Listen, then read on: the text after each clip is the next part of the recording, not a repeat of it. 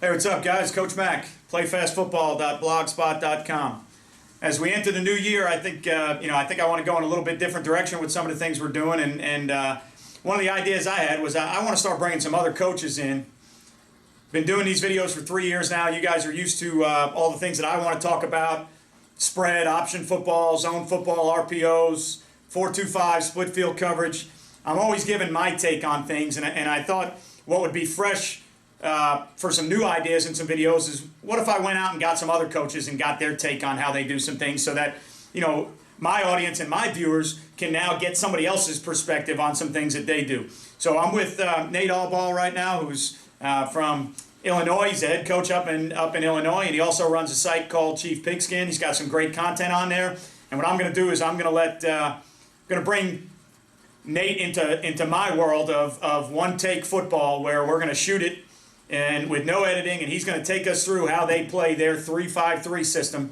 And I'm going to let him rip on the board, guys, and I may interject a question here or there, but I'm going to get Nate to take us through how they play their one-high structure and how they get away with defending some spread sets in that one-high structure. So, Coach, let it rip. Man, Coach, thanks for having me. I'm trying to get myself braced and ready for one take to go. I think that I have to start here when I talk about my 3-5-3.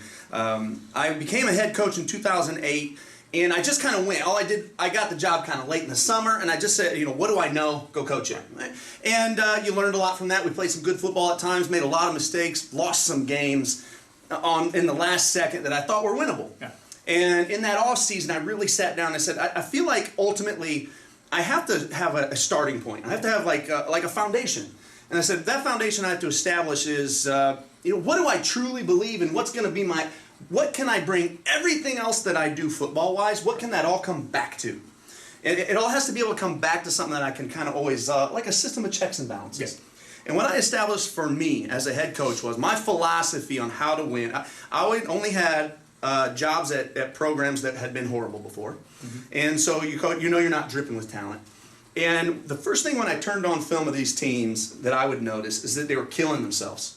Snaps over people's heads, ridiculous mistakes, yeah. Right? And I thought, first things first, stop the bleeding. And I thought my core philosophy to win the most amount of games as soon as possible and as often as possible is going to be this: shoot yourself less often than you shoot them.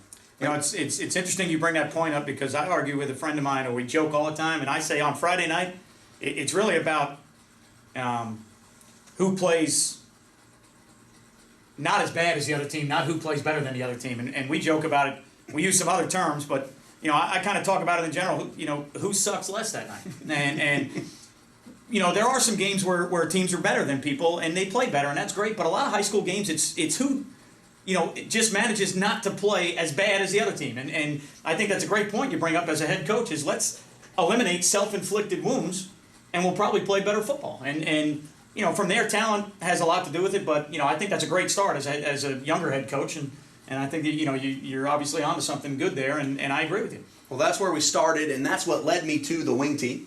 People, I remember saying, who runs the wing tee and why? This is the stupidest offense I've ever seen. I was a D coordinator when I said that. And then the next thing you know, I'm a wing tee guy. Yeah. And I went there not because I think that it's brilliant, it was because I had, by studying, I said, this is the offense that I thought led to the least amount of mistakes. And then defensively it came to what can we do, and it came to what I had, when I studied, I thought this 3-5-3 we can do with the least amount of mistakes. I don't know how fancy we can be out of it, but I think we can stop shooting ourselves. So that's how we started here. So we ended up finding a 3-5-3 system, and it morphed, and we learned from it. But for the most part, what I think what I want to talk about is this: is every clinic I go to, when I talk to guys that really know the game, I think that common football knowledge is telling me this: that if you want to defend teams that are spreading you out 2x2 or 3x1, you have to have two safeties out there. And common football knowledge says that. And so you look at a team like us that's not playing with two high safeties, we have one safety. Teams say, people want to know, well, you can't do it. We are doing it. Yeah. We have won some games. We're certainly beatable, but we have won some games. How are we doing it? And so let me just show you how we're doing it. So obviously we're here in our standard 3-3 stack. We're going to play now. You know, speak my language here. My two stack backers are called dogs, so they're always going to be a D. That's my Mike. These are my monsters. My outside backers right here are my monsters. My corners, of course, are behind them, almost stacked over number 2. But of course, in general, they're cover 3 guys, so they got to split 1 and 2. And then, of course, your safety, we call him hound, is going to be somewhere near the middle. And I don't never know where to put the hound, because people say, where's he going to line up? I said, I don't know. Where's their best player? Because that's going to affect where are they on the field. In general, he's in the middle. Traditional knowledge would tell you middle of the field closed, he needs to split the number 1s because that's the middle of the field. So, over the ball is not necessarily the middle of the field as a closed team. It's the splits of the number 1. So you get 2 by 2, number 1's out here.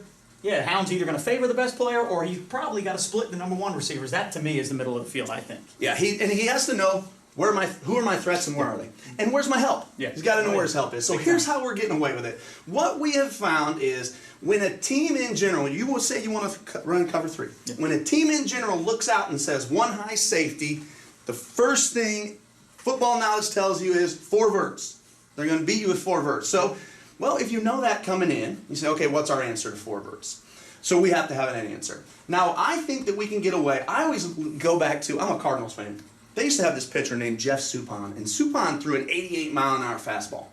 He didn't have nasty stuff like Greg Maddux and turned. He had an 88-mile-an-hour fastball and a curveball. And what made Suppan great, why he could pitch at the highest level, was he was great with his fastball. It went exactly where he needed to be. And this huge concept here, it's that you couldn't bank on him throwing it. Right. He could throw something else. So here we are in our cover 3. As long as you can't bank at this moment, we will be in it. Right.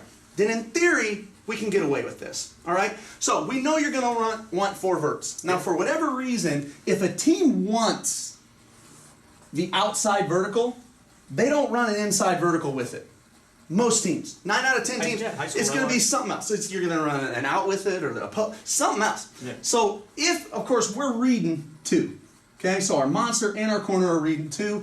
As soon as that comes off, if he's pressing vertically, our corner is on him. Not on him. In theory, you're running your standard drill where he's splitting the 2. Okay. We're going to run that drill. But he always is favoring 2. Right. He's thinking number 2 from the beginning. And if 2 does anything else besides vertical, okay, now we'll go cover 1. Now, where do we get beat here? Well, it's when he's not all that good, really. If he's not all that good, yeah, we struggle a little bit. You'll get beat in any system. Yeah, and if he's not all that good, you'll get beat by a lot of stuff. And we have our times where that happens, and we try to be aware of it. But you just can't bank on us being in cover 3. So once in a while, we're going to switch it up, and we're going to play cover 1. He'll be free, but we're manning up here. And at the last possible second, he'll cheat out, and he'll get over number 1. That's how we're getting away with it. Now, a lot of teams, most teams that I've talked to, 4-4 teams, 4-2-5, guys, the first thing that they'll tell me, if you're going to play single high safety, then their answer is this. They're going to collision 2. And that's the next common knowledge. Well, we don't do that.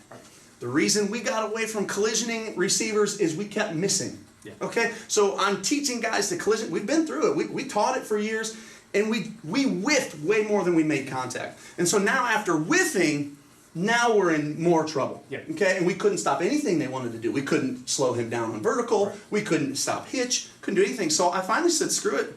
We're not collision. So he reads 2, and if he thinks pass at all, yeah, he bails. His first rule is hits from 1. There you go. If it's not hits from 1, he thinks out from 2. If it's not out from 2, trail 1. So he has those 3 rules every single time. Hits from 1, out from 2, trail 1. As soon as you get your first yes, that's what you're covering. Right. So we are getting away with it only because, well, we are heavy on the vertical from number 2, and also you can't bank on us being in our cover 3. Right. Sometimes we're in our cover 1. Now, we are better in our cover 1 when these dudes are real special, and when they're not special, yeah, we struggle in cover 1. Yeah, I mean, man coverage for most people, as simple as it sounds, man coverage becomes a dude game. You know, is my dude better than your dude? And, right. The other thing is there's a lot of techniques to playing man coverage. And a lot of people think man coverage is an answer, but if you can't teach man coverage the right way, and an outside backer is probably going to play it different than a corner who might play it different from a safety. You know, and there's catch man, and there's off man, and there's press. And so just being a man team is not always your only answer. You know, one, you got to have the dudes, and then two, you got to understand how to do it. So, you know, it's a great changeup, like you said, and versus one high as an offensive guy, I think I know what I'm going to get, but I still have to know, is it man, is it cover three? It's a little bit different, you know, and I think as a one high team, as long as you can go back and forth, I think you've got a structure that, you know, that you can be sound in. Right. Well, let me show you our cover three rules for all my guys. Right. And then I'll let you can ask me some questions because I think you probably know my stuff better than I know my stuff. I don't know about that. So monster is hits from one, out from two, trail one. Dog is hits from two, slant curl from one, find three. Okay? So hits from two. So right off the snap of the ball, if you get past, obviously RPOs, yeah, they can be a son of a gun, and you got to deal with that. You've already got your answer, though, because one free, you go man free, 6 in the box. That's going to be your first answer to RPOs. I can't RPO guys that don't have run fit responsibilities. You take your monsters and put a man on 2, they're not part of the run fit. I only have 5 in the box to block your 6. I really can't RPO that box. So there's your first answer. Perfect. And of course, this guy is an incredible downhill player. Yes. He is going to be one of our best kids. So he's going to be, as soon as he sees pass, hits from 2. Yeah. If it's not hits from 2, what's he going to do? He's looking slant or curl from 1. Because if it's not hits from 2, 2's either cleared out or he's probably run to the flat. He's stretching horizontally somehow. Traditional football would tell you when you pattern match or you're looking at things like that, if 2's out, got to look for 1 coming. Here comes 1 That's coming. offensive football. So he looks slant first, Yep. curl second. We're going to drill that like crazy. My linebacker is, when in 2x2, he's really just spying 3. But let's take a look and draw 3 out here because you're going to see a ton of that, right? So he sees 3. He is hits from 3, Right. slant curl from 2, and he's looking for a crosser. Right. Okay, so all the fits, they know this by heart. We drill, you know, you see a kid in the hallway and you're saying, you see pass, what do you think? Hits from 2, slant curl from 1. All the time. Yeah. All the time. The only way to get good at what you're doing is your kids have to know it almost as well as you do. And, you know, a lot of times, the more simpler it is, the easier the kids can play it. Well, You know, this I mean, is that's how easy. this is how we're playing our cover 3. The reason we're able to get away. I don't want to say get away. Obviously, people complete passes on us. It's hard to stop people. Yeah. Period. But we're getting a lot of mileage out of this, and when we have some good players, we are really playing some good football at times. And here's where we're getting away. Now, let me just go in and tell you why, if any, I'm looking at the need for 2 safeties. The only time I feel the need for 2 safeties isn't because of anything you're necessarily doing to me. It's because I feel like when you go 3x1, I'm wasting this guy. Yeah. And that's where me, personally, I'm going, that's the only situation I want a second Now, safety. let me ask you this. Most traditional 3-5-3 teams that I've seen that I've played against, 3x1 a lot of times, they'll send a monster off the edge. Do you send them a bunch so you don't waste Never. them? Okay. I hate it. Yeah. I feel like if I send them, I feel like I couldn't waste them any worse. Now, technically, you could get some pressure out of there, but if a coach knows, as soon as we go 3x1, you're going to send them, I feel like they can hurt me more often than not. And then secondly, I can't get any help from him folding in. Yeah. I get no help from him. He only helped me one way, and that's getting pressure. And any good football team, they're probably going to trap me some way back here or run some sort of, how popular is any sort of counter tray system, guard, tackle, and now he's completely wasted. I fear wasting him in that way. So that's what makes me think maybe I need to be dropping him back because he can still help over here. Because what do we usually get? When it's 3x1, usually this is the field. Usually. And I can get enough help from my dog over here to help on if they're putting their star player here. So maybe I need to roll him back. I can allow my hound to scoop more. Maybe even I can get more help over here. That's the only thing that I feel like says to me maybe I need to go 2 high safeties. Yeah. So again, I know it's different. We're certainly we lose games, but this is what we're doing right now. You know, but I think in general, you know, what everybody's got to understand is you have to do what you're most comfortable with as a football coach first because you and your staff have to teach it. That's number 1. Number 2, you have to do something that you feel like your kids can do. It's going to be very hard for your kids to do something that you're not comfortable teaching yourself, let alone the talent level of those kids. So you teach something that you're comfortable in first, get the kids to be comfortable, and then, like any good scheme, you understand we're one high structure, middle of the field closed. That's who you are, right? What beats it, defend what beats it.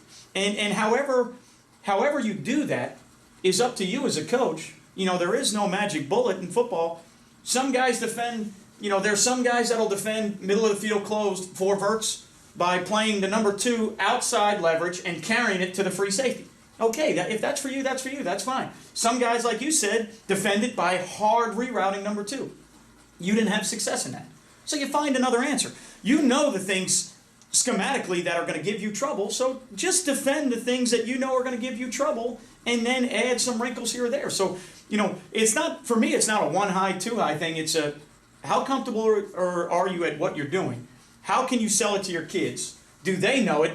And do you have an answer when teams go 4 vert or go curl flat or whatever the issue is against that structure in 1 high? Do you have an answer? And as long as you have an answer built in, whether it's man free, pressure, I don't think you have to be too high. I don't think there is a 1 high, 2 high debate to me. To me it's how do you play or coach your best football and how do your kids play it? And again, knowing what beats you is the biggest thing. And that's for us on offense, defense. If you're a wing T team, you know what's going to give you trouble on defense. And, the wing T to me offensively was always more of a systematic type approach to say, okay, I just ran Buck, he made the tackle, I'm going to come back and run belly. I just ran belly, he made the tackle, I'm going to run trap. I just ran trap, he made the tackle, we're going to run waggle. It was a systematic way of coaches calling plays and understanding who was hurting them, how can we hurt what is hurting us. Right. And it's the same thing, 3-5-3 single high. As a coach going in what's going to hurt you. As long as you defend that, I think you're in great shape. And I don't think you have to be too high. Absolutely. Well, we're getting away with it right now, and but it's like everything. I think as coaches, we spend the whole off season thinking about changing. Yeah. But it's good to talk about it sometimes and go, oh yeah, there's a reason we're doing this. Well, I think, like I said, moving forward in the new year, what I'd like to do is I'd like